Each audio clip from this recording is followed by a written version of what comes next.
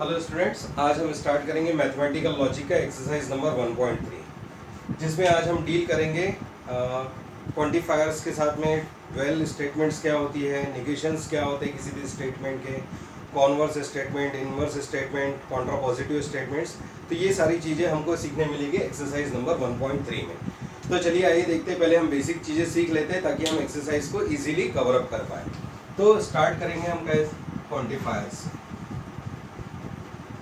Quantifiers तो basically हमारे पास में दो टाइप के क्वांटिफायर्स होते हैं। फर्स्ट होता है हमारे पास में यूनिवर्सल क्वांटिफायर।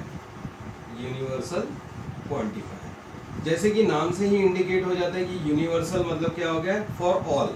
यूनिवर्सल तो हम इसको डिफाइन करते हैं क्या, for all values, for all values. और इसका सिंबल जो होता है वो होता है रिवर्स ए। हम लिख सकते हैं ए को अगर आप उल्टा करते तो क्या बन जाएगा, यूनिवर्सल क्वांटिफायर का सिंबल बन जाएगा।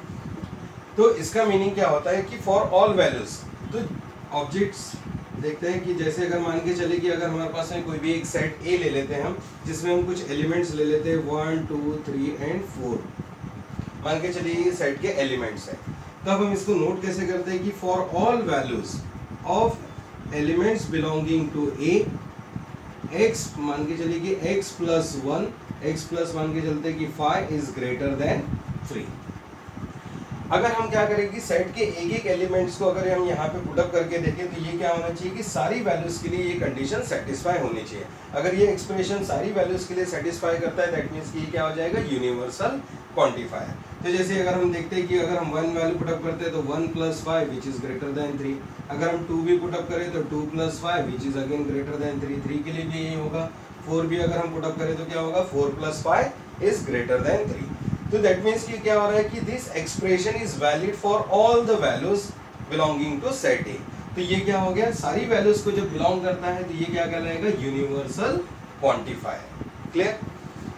नाउ सेकेंडली हम आते हैं, सेकेंड हमारा क्वांटिफायर होता है देयर एग्जिस्ट, हम इसको बोलते हैं एग्जिस्टेंशियल क्वांटिफायर। एग्जिस्टेंशियल क्वांटिफायर जिसको हम डिनोट करते हैं कैसे, देयर एग्जिस्ट है। और इसका जो सिंबल होता है ये हम लिखते हैं रिवर्स ई या फिर उल्टा ई हम बोल सकते हैं, जो अपना अल्फाबेटिकल रहता है। ई को आप उल्टा कर दीजिए तो ये इसका सिंबल बन जाएगा। देयर एग्जिस्ट का मीनिंग क्या होता है कि सेट में ऐसी कोई तो भी वैल्यू होगी या कुछ वैल्यूज होगी जो कि क्या करेगी, हमारे एक्सप्रेशन को सेटिस्फाई करेगी। मान के चलिए हम एक एग्जांपल लेते हैं फिर से, a = 1 2 3 like this.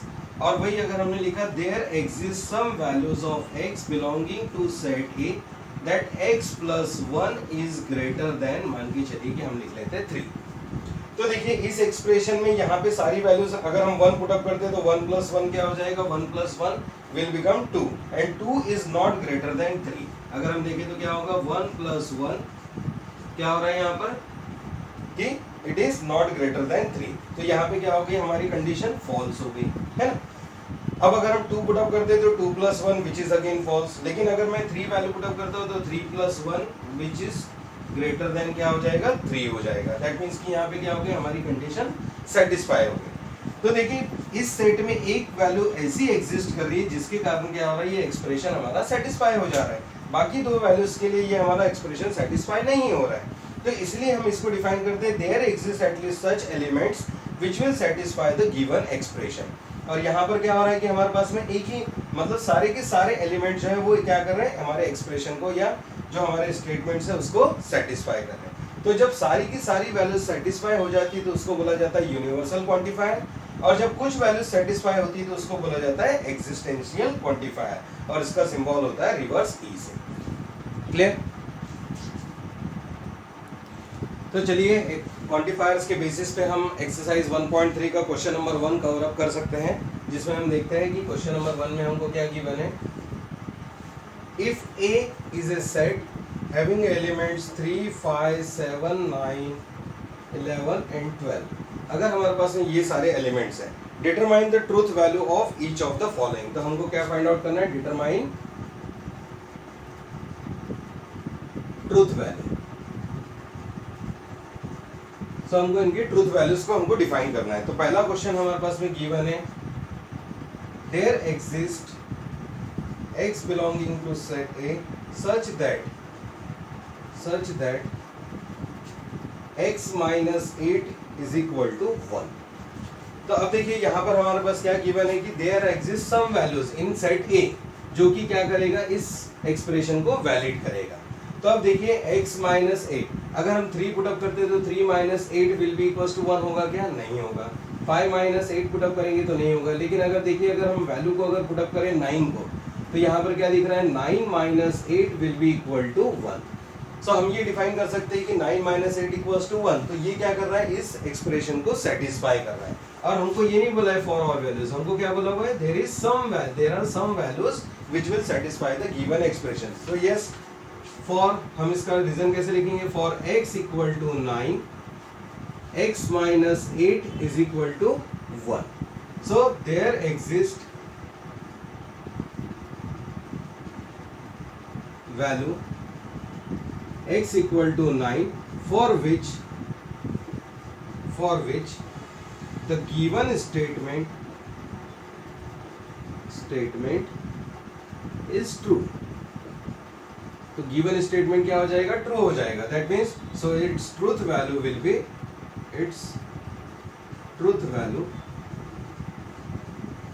value is true। तो हम ये बोल सकते हैं कि इस स्टेटमेंट की ट्रूथ वैल्यू क्या होगी, ट्रू होगी। क्लियर? तो देखिए एक ऐसा एलिमेंट है जिसकी वजह से क्या हो रहा है कि ये एक्सप्रेशन सेटिस्फाई हो जा रहा है, और हमको बोला है कि देयर एग्जिस्ट, सारी वैल्यूज के लिए नहीं बोला है, हमको बोला है कि at least there are some values जिसके लिए ये सेटिस्फाई हो जाए। तो देखिए 9 के लिए सेटिस्फाई हो रहा है, सो इसलिए इसका ट्रूथ वैल्यू क्या हो जाएगा, ट्रू हो जाएगा। तो चलिए आइए देखते हैं सेकंड एक्सप्रेशन जिसमें हमको गिवन है सेकंड क्वेश्चन कि for all values of x belonging to set A, x square plus x is an even number. So अब देखिए यहाँ पर हमको क्या डिफाइन किया हुआ है कि x belongs to A, x square plus x is an even number. अब देखिए हमारे पास जो सेट में अगर वैल्यूज गिवन है तो यहाँ पे इवन नंबर्स भी है और ऑड नंबर्स भी है ना। 3, 5, 7, 9 ये क्या हो गया, 11 ये हमारे ऑड नंबर्स हो गए, और ये क्या हो गया, इवन। अगर हम मान के चले कि x अगर कोई भी एक ऑड नंबर है, ठीक, अब x अगर कोई भी अगर ऑड नंबर है तो x का अगर मैं स्क्वायर करूं तो ऑड का स्क्वायर क्या होगा, ऑड नंबर का स्क्वायर जो है वो क्या हो जाएगा, that will again odd number. आप चाहे तो चेक कर सकते हैं, 3 का स्क्वायर 9, 5 का स्क्वायर 25, 7 का स्क्वायर 49, तो ये क्या हो जाएगा, it will give an odd number. अब किसी भी ऑड नंबर में अगर वही नंबर अगर मैं ऑड नंबर अगर प्लस कर दिया जाए, ऑड नंबर अगर उसमें अगर ऐड कर दिया जाए तो definitely it will give an even number, है ना। किसी भी ऑड नंबर में अगर कोई भी दूसरा अगर ऑड नंबर ऐड कर दिया जाए तो वो हमको क्या देगा, ऑड नंबर देगा। जैसे अगर हमने लिया 7 का स्क्वायर हो जाएगा क्या, 49 में मैं ये ऑड नंबर ऐड कर देता हूँ तो क्या होगा, अगर हम ऐड करें तो 7, 9, 16 और ये हो जाएगा 56। तो ये देखिए odd number plus odd number will always give an even number. तो इससे क्या ये प्रूव हो रहा है कि फॉर ऑल वैल्यूज, अगर हम 3 भी यूज करें, 5 यूज करें, 7, 9, 11, कोई भी अगर हम ऑड नंबर अगर यूज करें या फिर कोई भी नंबर अगर यूज करें तो क्या होगा, हमारे पास में ये कंडीशन सेटिस्फाई हो जाएगी। और इवन नंबर के लिए तो बेसिकली ये सेटिस्फाई होना ही होना है, क्योंकि अगर हम ले ले 2 का स्क्वायर हो जाएगा 4, उसमें ऐड कर दे 2, तो even number plus even number will always give an even number. So ये जो एक्सप्रेशन है ये सेटिस्फाई हो रहा है ऑड नंबर्स के लिए भी और इवन नंबर्स के लिए भी। और हमको क्या बोला हुआ है कि इन दोनों का जो सम है वो क्या आना चाहिए, इवन नंबर। तो हम यहाँ से लिख सकते हैं कि yes, there for all values of x belonging to A, the statement is satisfied.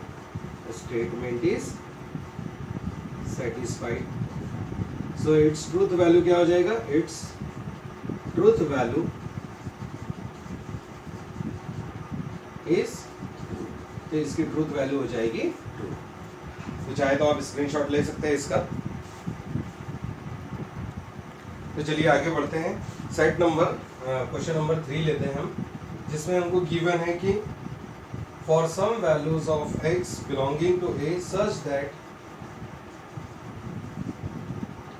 x square is less than 0, x is any element of set है। अब देखिए अगर हम कोई भी एलिमेंट ले लें, यहाँ से 3 ले लें तो 3 का स्क्वायर क्या होगा, 9 विच इज ग्रेटर देन 0, 5 का स्क्वायर, तो हम कोई भी वैल्यू ले लें तो यहाँ पर क्या होगा हमारे पास में कि वैल्यूज के लिए क्या आएगा, उसका स्क्वायर जो है वो ऑलवेज ग्रेटर देन 0 ही आने वाला है। मतलब यहाँ पर एक भी ऐसी वैल्यू नहीं है जो कि क्या दे दे हमको, वैल्यू 0 दे दे या लेस देन 0 दे दे। तो इसका मतलब क्या होगा, फॉर एक भी वैल्यू के लिए ये कंडीशन सेटिस्फाई नहीं हो रही है, तो हम ये क्या डिफाइन करेंगे, there does not exist any such value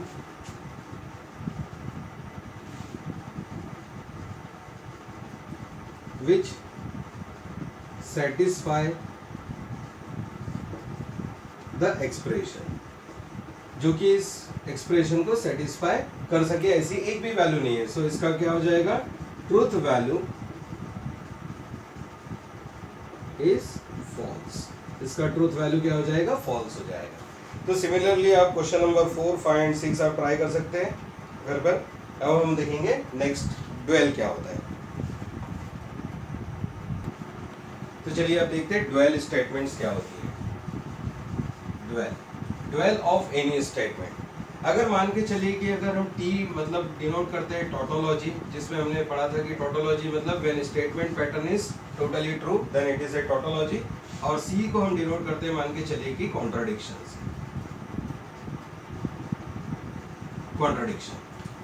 तो जब हम क्या करते हैं, और हमारे पास में बेसिकली सिंबल्स होते हैं एंड और के, इसको हम डिनोट करते हैं कैसे, कंजंक्शन मींस एंड और डिसजंक्शन मींस क्या होता है, और। तो जब हम रिप्लेस करते हैं एंड को और से और टोटोलॉजी को कॉन्ट्राडिक्शन से, या कॉन्ट्राडिक्शन को टोटोलॉजी से, जब ये इन दोनों को इंटरचेंज कर दिया जाता है to get the same value, that is called as dual of the statement. जैसे अगर हमने लिखा फॉर एग्जांपल ड्वेल ऑफ, अगर हमने लिखा है P और Q, तो इसका ड्वेल क्या हो जाएगा, इज P एंड Q, ये हमारा इसका ड्वेल होगा। अगर हमने लिखा P एंड Q, तो इसका ड्वेल क्या हो जाएगा, P और Q हो जाएगा। क्लियर। अगर हमने लिखा टोटोलॉजी एंड Q, तो ये क्या, इसका ड्वेल जो होगा वो क्या होगा, टोटोलॉजी की जगह क्या आ जाएगा, कॉन्ट्राडिक्शन, और की जगह एंड हो गया, एंड की जगह और हो गया। वैसे ही टोटोलॉजी जो है, टोटोलॉजी की जगह क्या हो जाएगा, कॉन्ट्राडिक्शन, और एंड की जगह क्या हो जाएगा, और ये हो जाएगा Q। सिमिलरली हम ये बोल सकते हैं कि कॉन्ट्राडिक्शन, और अगर हमारे पास में Q गिवन है तो हम क्या लिख सकते हैं, इसको कॉन्ट्राडिक्शन की जगह क्या आ जाएगा, टोटोलॉजी, एंड और की जगह हो जाएगा एंड, और हम लिख सकते हैं हमारा दूसरा स्टेटमेंट। तो ये कहलाता है ड्वेल ऑफ एनी स्टेटमेंट। तो ड्वेल निकालते समय हमको किसी भी निगेशन को नहीं देखना है, बस हमको क्या करना है कि एंड को और में कन्वर्ट कर देना है और को एंड में कन्वर्ट कर देना है। निगेशन का इसके ऊपर कोई भी इफेक्ट नहीं आएगा। अगर हमारे पास में लिखा हुआ है मान के चलिए कि P और Q, निगेशन ऑफ P और Q, तो इस स्टेटमेंट का जो ड्वेल है वो क्या हो जाएगा, negation of P will remain as it is, बस एंड की जगह और की जगह क्या हो जाएगा, एंड हो जाएगा। दैट मीन्स कि हमको निगेशन से इसके ड्वेल के ऊपर कोई इफेक्ट नहीं पड़ता है। तो हमने ये देखना है कि जहाँ टोटोलॉजी आ रहा है वहाँ कॉन्ट्राडिक्शन हो जाएगा, जहाँ कॉन्ट्राडिक्शन है वहाँ टोटोलॉजी हो जाएगा, एंड की जगह और हो जाएगा, और की जगह एंड हो जाएगा। तो इसी स्टेटमेंट्स को हम डिफाइन करते हैं क्या, ड्वेल ऑफ एनी स्टेटमेंट्स। तो चलिए देखते हैं एक्सरसाइज 1.3 का क्वेश्चन नंबर 2, जो कि ड्वेल से रिलेटेड है। Right the dwells of each of following. तो हमारा क्वेश्चन है right dwells of each of following. बहुत ही इजी टॉपिक है ये, ड्वेल्स लिखना है हमको। जैसे हमारा फर्स्ट क्वेश्चन हमको गिवन है यहाँ पर कि P और Q और एंड R, तो हमारे पास यहाँ पे तीन प्रोपोजिशंस है P, Q एंड R, और ये तीनों कनेक्टेड है किससे, कनेक्टिव से, एक और कनेक्टिव है और एक एंड कनेक्टिव है। तो हम इसका ड्वेल क्या लिखेंगे, dual is P statement will remain as it is, और की जगह आ जाएगा एंड, फिर हम लिखेंगे क्या Q, और एंड की जगह आ जाएगा और, तो ये क्या बन गया इसका ड्वेल स्टेटमेंट। तो देखा कितना सिंपल है कि बस हमको क्या करना है कि एंड के और की जगह एंड से रिप्लेस करना है और एंड की जगह और से रिप्लेस करना है, तो ये स्टेटमेंट का क्या बन जाएगा, ड्वेल स्टेटमेंट बन जाएगा। चलिए आइए कुछ और एग्जांपल लेते हैं। जैसे हम लेते हैं एग्जांपल नंबर 3, बाकी एग्जांपल्स आप ट्राई कर सकते हैं एट होम। P और Q एंड R और S, तो ये देखिए हमारे पास में एक स्टेटमेंट गिवन है। अगर हम इसका ड्वेल लिखना चाहे तो सिंपल होगा एकदम, ड्वेल इज क्या होगा, और की जगह एंड की जगह और आ जाएगा, तो क्या हो जाएगा P एंड Q, एंड की जगह हो जाएगा और, R एंड S, तो ये क्या हो गया इसका ड्वेल स्टेटमेंट। तो और को रिप्लेस कर दीजिए S से, एंड से, और एंड को रिप्लेस कर दीजिए और से। चलिए एक निगेशन वाला भी हम ले लेते हैं। मान के चलिए कि देखते हैं एग्जांपल नंबर 5। यहाँ पे हमको गिवन है negation of P and negation of Q and P और Q and negation of are.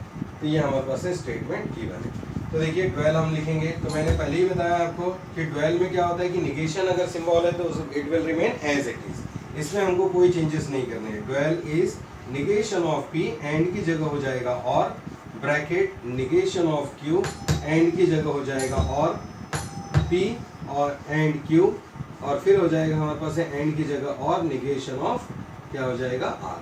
सो ये होगा हमारा ड्वेल स्टेटमेंट।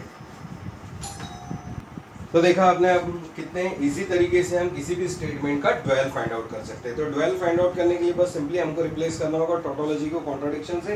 तो जैसे देखते हैं उसका भी एक एग्जांपल, एग्जांपल नंबर 8 आप देख सकते हैं। इसमें जैसे कि गिवन है सी मीन्स कॉन्ट्राडिक्शन, और यहाँ पे हमारे पास स्टेटमेंट गिवन है पी एंड क्यू और आर, और ये स्टेटमेंट ब्रैकेट क्लोज हुआ। तो ड्वेल क्या हो जाएगा, ड्वेल इज कॉन्ट्राडिक्शन की जगह हम लिखेंगे टोटोलॉजी, और की जगह हम लिखेंगे एंड, जो हमारा सेट है will remain as it is, P proposition, फिर एंड की जगह आ जाएगा और, फिर हम लिखेंगे क्यू की जगह क्यू, और की जगह हमारे पास हो जाएगा एंड। तो इस तरीके से हम क्या कर सकते हैं, किसी भी स्टेटमेंट का ड्वेल हम फाइंड आउट कर सकते हैं। तो बाकी की क्वेश्चंस काफ़ी इजी हैं, आप घर में ट्राई कर सकते हैं इजीली। तो आप स्क्रीनशॉट ले सकते हैं। तो चलिए आइए देखते हैं आज का थर्ड टॉपिक, निगेशन।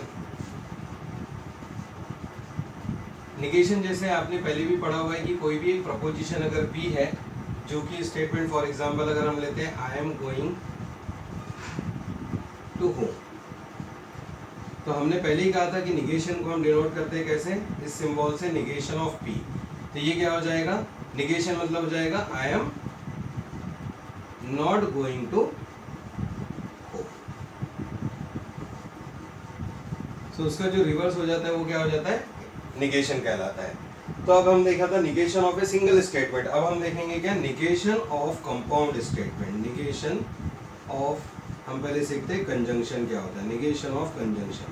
कंजंक्शन आपको पता है, इसको हम बोलते हैं क्या, एंड, और इसको हम डिनोट करते हैं इस सिंबल से।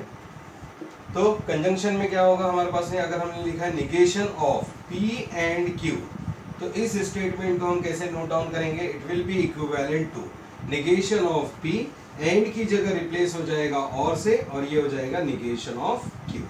तो ये होगा निगेशन ऑफ ए कंजंक्शन। तो अगर हमारे पास दो स्टेटमेंट अगर कंजंक्शन से कनेक्टेड है तो हम ब्रैकेट को ओपन करते हैं, निगेशन ऑफ पी, एंड की जगह रिप्लेस हो जाएगा और से, और फिर आ जाएगा निगेशन ऑफ क्यू। ये हो गया हमारे पास फर्स्ट कैटेगरी। सेकंड आती है हमारे पास है निगेशन ऑफ डिसजंक्शन। डिसजंक्शन आपको बताइए, इसको हम बोलते हैं क्या, और को इंडिकेट करते हैं हम कैसे, वी से। तो अब देखते हैं निगेशन ऑफ पी और क्यू।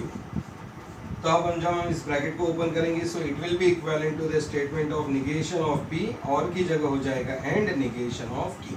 तो सिंपली हम देख रहे हैं कि यहाँ पे एंड की जगह रिप्लेस हो गया और से, और की जगह रिप्लेस हो गया एंड से, निगेटिव दोनों में आ गए। Now third one is negation of implication. Negation of what? Implication. Implication को हमको पता है कि हम कैसे डिनोट करते हैं, एरो से डिनोट करते हैं। So negation of P implies Q, P then Q। तो यहाँ पर इस स्टेटमेंट में क्या हो जाता है हमारे पास में, जब हम ब्रैकेट्स को ओपन करेंगे तो यहाँ पे क्या हो जाएगा, P and negation of Q हो जाएगा ये स्टेटमेंट। तो हमने ये ध्यान रखना है कि निगेशन अगर कभी भी इम्प्लीकेशन का नोट डाउन करेंगे तो क्या होगा, देन की सिंबल का ऐसे रिप्लेस हो जाएगी, एंड से रिप्लेस हो जाएगी, और first statement will remain as it is, और क्यू। आप चाहे तो इसको ट्रूथ टेबल से भी प्रूव कर सकते हैं, एनी वैल्यूज के लिए पी और क्यू दो प्रोपोजिशन ले लीजिए, उसके ट्रूथ वैल्यूज डिफाइन कर लीजिए, तो आप इसको इजीली प्रूव कर पाएंगे, जो कि हमने सीखा एक्सरसाइज 1.1 में। और देखिए negation of bye conditional, number 4 is negation of bye conditional statement.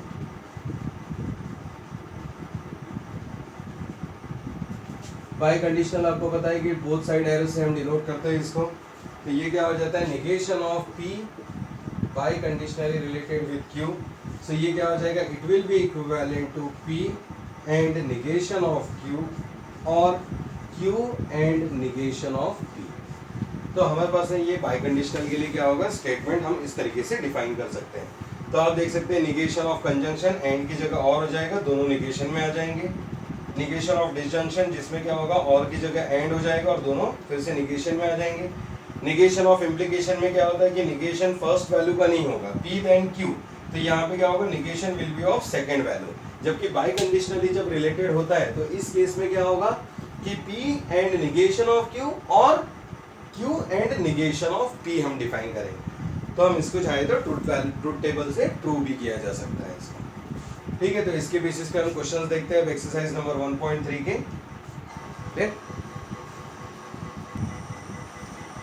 तो चलिए देखते हैं कुछ क्वेश्चंस। क्वेश्चन नंबर 3, एक्सरसाइज 1.3 का क्वेश्चन नंबर 3, जिसमें हमारे पास 9 सब क्वेश्चंस गिवन है, जिसमें से हम लेते हैं first, right the negation of following. Right negations. अब इसमें क्या हो रहा है, फर्स्ट स्टेटमेंट हमको गिवन है x + 8 इज ग्रेटर देन 11 और y - 3 इज इक्वल टू 6। तो ये स्टेटमेंट हमको गिवन है। अब देखिए हमको क्या लिखना है, इसका निगेशन लिखना है। तो हम यहाँ देख सकते हैं कि हमारे पास है दो स्टेटमेंट्स गिवन है, एक है x + 8 ग्रेटर देन 11 और दूसरा स्टेटमेंट है y - 3 इक्वल टू 6, और दोनों कंबाइंड है किससे, और से। तो हम एक स्टेटमेंट को मान लेते हैं p, x + 8 ग्रेटर देन 11, और दूसरे स्टेटमेंट को हम मान लेते हैं q, y - 3 is equal to 6। Clear. अब दोनों के बीच में क्या कंबाइन किया हुआ है, और, तो हम लिखेंगे p और q, और हमको क्या बनाना है, इसका निगेशन। तो हम बनाएंगे negation of both the statements. तो जैसे कि हमने सीखा है कि निगेशन ऑफ हमारे पास क्या होता है, disjunction is negation of p and negation of q। तो हम इसको पहले इलेबोरेट कर लेते हैं, negation of p and negation of Q होगा ये। क्लियर। तो अब देखिए, अब हमको क्या लिखना है, negation of P statement, x + 8 is greater than 11। तो इसका निगेशन क्या हो जाएगा, x + 8 is not greater than 11। That means कि हम कैसे लिखेंगे इसको, x + 8 इज लेस देन और इक्वल टू 11। क्योंकि यहाँ पे नॉट तो हम नहीं लगा सकते, क्योंकि यहाँ एक्सप्रेशन गिवन है ग्रेटर देन लेस देन का। तो हम क्या अप्लाई कर रहे हैं कि x + 8 आइदर लेस देन और इक्वल टू 11।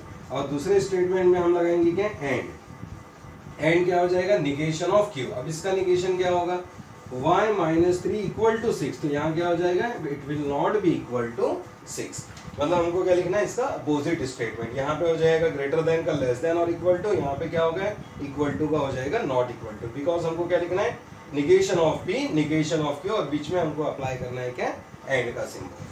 तो जैसे एग्जाम्पल हो गया, हम कुछ और एग्जाम्पल ले लेते हैं। मान के चलिए कि देखिए एग्जाम्पल नंबर 4 यहाँ पे हमको गिवन है, it is cold and rainy. Cold and rainy. तो देखिए यहाँ पे दो स्टेटमेंट गिवन है, कोल्ड भी है रेनिंग भी है, और बीच में हमारे पास कनेक्टिव क्या आया हुआ है, एंड। तो हम एक स्टेटमेंट ले लेंगे P, इट इज कोल्ड, और एक हम प्रपोजिशन ले सकते हैं, इट इज रेनी। तो अब हमको क्या करना है, निगेशन ऑफ P। अब देखिए यहाँ पे किससे कंबाइन किया हुआ है, एंड से। तो हम लिखेंगे क्या, negation of P and Q।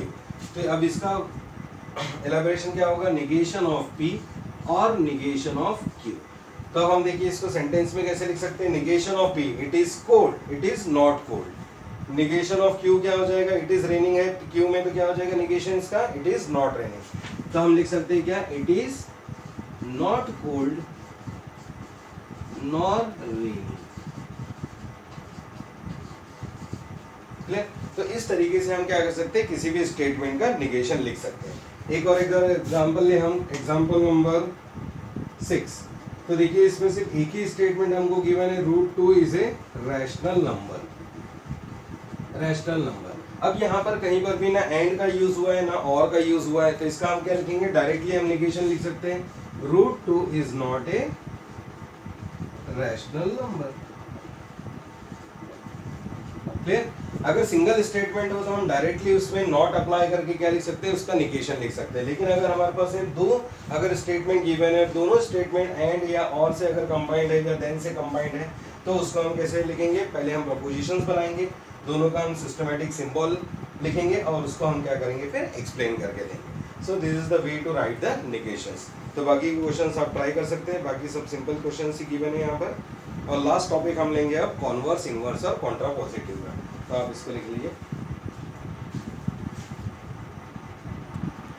Okay, तो देखते हैं लास्ट टॉपिक आज का, जिसमें हम देखेंगे कि क्या होता है कि अगर कोई भी प्रपोजिशन देन से अगर इम्प्लाइज है किसके साथ में, क्यू स्टेटमेंट के साथ में, इफ पी देन क्यू, तो इसका जो कॉन्वर्स है वो क्या हो जाएगा, Q will depend on P. अगर हम इसको रिवर्स ऑर्डर में लिख दें कि अगर हमारे पास में था इफ पी देन क्यू, तो अब हम क्या लिखेंगे उसको, इफ क्यू देन पी, तो इट विल बिकम से कॉन्वर्स ऑफ द स्टेटमेंट। मतलब अगर हम उसको उल्टा कर दें, अगर हम क्या कर देते कि दोनों ही प्रपोजिशन का अगर निगेशन लगा दें, दोनों ही प्रपोजिशन के सामने negation, if negation of P then negation of Q, तो ऐसे स्टेटमेंट को हम डिफाइन करते हैं इनवर्स ऑफ ए स्टेटमेंट। और देखिए कॉन्ट्रापोजिटिव में क्या आ रहा है, if negation of Q implies negation of P then it becomes a contrapositive. तो देखिए हमको गिवन जो स्टेटमेंट रहेगा वो इस फॉर्म में रहेगा, पी देन क्यू के फॉर्म में, और अगर हमने उसको उल्टा कर दिया तो क्या हो जाएगा, इफ क्यू देन पी, तो it will become converse, negation of p then negation of q, तो it will become inverse, and in negation of q, if negation of q then negation of p, तो ये हो जाएगा उसका Contra positive. तो चलिए आइए हम इसको एक एग्जांपल से समझते हैं। मान के चलिए कि हमको एक स्टेटमेंट गिवन है, if it rains then match will get cancelled. एक छोटा सा एग्जांपल ले रहे हैं कि अगर रेन होती है तो क्या हो जाएगा, मैच कैंसल हो जाएगा। तो हम एक प्रपोजिशन लेते हैं, let P if it rains, और दूसरा एक हम प्रपोजिशन लेंगे क्या, तो मैच विल गेट कैंसल्ड।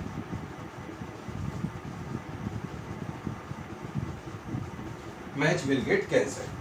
तो P और Q हमारे पास है दो प्रपोजिशंस गिवन है, और P इज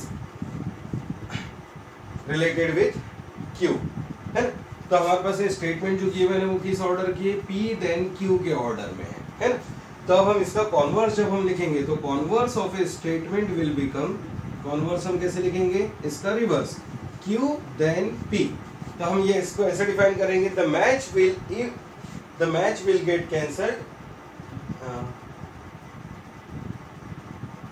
कॉन्वर्स क्या आ जाएगा, this second statement will depend upon the first statement. So हम लिखेंगे क्या, match will get cancelled then it rains, match will get cancelled then it rains. इसका मतलब ये होगा मैच कैंसिल होगा, अगर इसका मतलब क्या है कि देन रेन्स। फिर हम लिख सकते हैं क्या, इनवर्स ऑफ ए स्टेटमेंट। तो इनवर्स क्या हो जाएगा हमारे पास में, negation of P then negation of Q. तो हम लिखेंगे if it does not rain, if it not rains then match will not cancel. मतलब हमको दोनों स्टेटमेंट का क्या बनाना है, निगेशन बनाना है, और उसको कंबाइन कैसे करना है, देन से करना है ना। और वही हम लिखेंगे क्या, इसका contrapositive statement. Contrapositive आपको पता ही है क्या होगा, negation of Q then negation of क्या आ जाएगा, पी। तो हम इसको भी इजीली लिख पाएंगे कि क्या हो जाएगा, if the match is not cancelled, if the match is not cancelled then it does not rain। Second statement का निगेशन देन फर्स्ट स्टेटमेंट का निगेशन। तो इस तरीके से हम क्या कर सकते हैं कि कॉन्वर्स, इनवर्स और कॉन्ट्रा पॉजिटिव हम फाइंड आउट कर सकते हैं। तो चलिए आइए देखते हैं एक्सरसाइज नंबर 1.3 का लास्ट क्वेश्चन, क्वेश्चन नंबर 4, जिसमें हमको फाइंड आउट करना है converse, inverse and contrapositive of the statement. तो देखिए इसमें फर्स्ट क्वेश्चन हमको बेसिक क्वेश्चन गिवन है, if x is less than y then x square is less than y square. तो हमको ये गिवन है यहाँ पर कि if x is less than y then x square is less than y square. तो चलिए आइए देखते हैं हमको क्या गिवन है। एक स्टेटमेंट ये रहा p, हम डिफाइन करेंगे x is less than y, और दूसरा एक प्रपोजिशन हम ले लेते हैं x square is less than y square. तो ये दोनों रिलेटेड कैसे है, P देन Q से रिलेटेड है, P देन Q। तो अब आइए देखते हैं इसका कॉन्वर्स क्या होगा। कॉन्वर्स हम अगर ले तो क्या होगा, Q देन क्या हो जाएगा, P हो जाएगा। तो हम क्या लिखेंगे, इफ पहले हम ये स्टेटमेंट लिखेंगे x square is less than, Q statement मतलब क्या हो जाएगा, x square is less than y square, then क्या होगा, P स्टेटमेंट, P स्टेटमेंट मतलब x is less than y. Clear. अगर हम इसका इनवर्स लिखें तो इनवर्स आपको पता है negation of P then negation of Q। तो हमको क्या लगाना है, इस स्टेटमेंट का निगेशन चाहिए होगा। तो इस स्टेटमेंट का निगेशन क्या होगा, x इज ग्रेटर देन और equal to y। If x is greater than और equal to y then negation of Q। तो इसका निगेशन क्या होगा, लेस देन का सिंबल लगा हुआ है, तो हम क्या लगाएंगे, x square greater than equal to y square. तो हमको इसको क्या कर देना है, ऑर्डर को चेंज कर देना है नॉट लगा के, या फिर लेस देन है तो ग्रेटर देन इक्वल टू आ जाएगा और ग्रेटर देन है तो लेस देन इक्वल टू आ जाएगा। तो ये क्या हो गया, इसका इनवर्स। और कॉन्ट्रापोजिटिव की अगर हम बात करें तो ये स्टेटमेंट कैसे हो जाएगा, negation of Q then negation of P।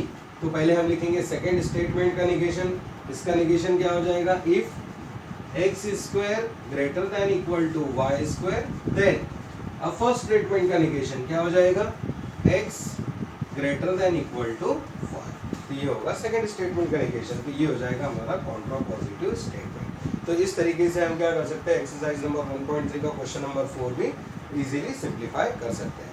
तो ठीक है, नेक्स्ट क्लास में हम देखेंगे exercise number 1.4। Okay, thank you very much.